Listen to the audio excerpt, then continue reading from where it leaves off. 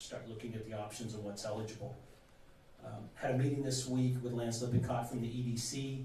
They've been doing a lot of work behind the scenes. I think folks know that they were crucial in us handing out the business grants and a lot of the paycheck protection programs. They provide a wealth of information to small businesses here in the community, and that's one of the main reasons we partner with them. But they've been doing a lot in the realm of job placement and assistance to employers. They're seeing a lot of interest in the few remaining parcels that we currently have within the city limits. I know Council earlier today talked about us in the very near future looking at expanding our industrial park properties. And so he will come before Council on May 4th to do a study session and update Council on all the good work they've been doing. I am pleased to announce that we have made an offer and he has accepted to be our new finance director. His name is Chris Tavares. He comes to us from the city of Exeter, and he will begin on April 19th. So we're very happy to be able to make that announcement. I wanted to update the public that community development is doing away with their reservation system that was implemented during COVID, and they will begin taking customers on a first come, first served basis and implementing kind of a queuing line for those folks to be able to come to the front counter. Brad mentioned the Arbor Day celebration.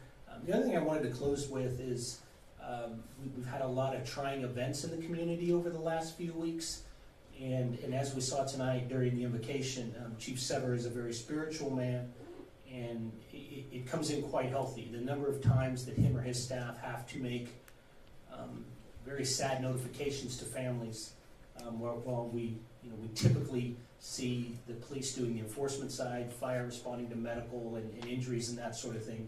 Oftentimes the notification to family falls on our police department.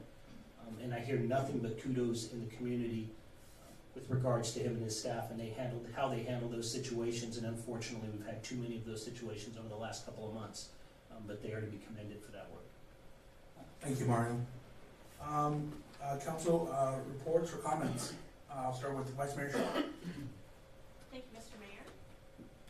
First, I would like to thank you for covering for me at KCAG and CART in March.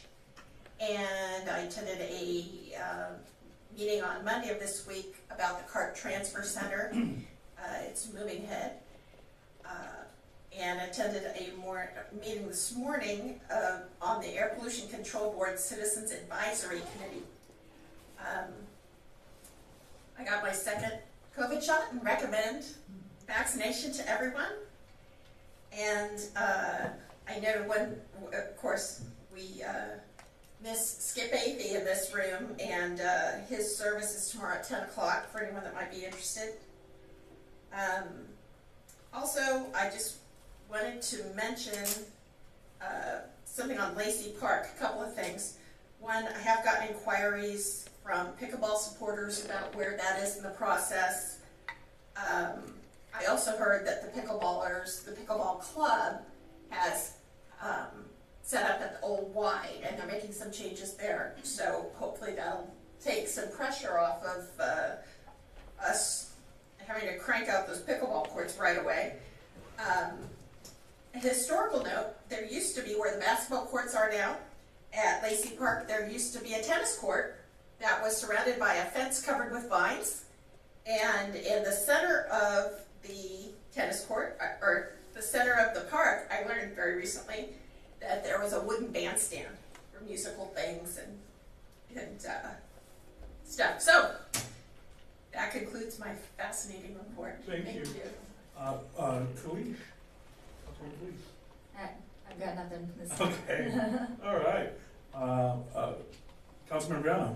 Yeah, I went out during the break, and the yard on the front was fabulous. Very well kept.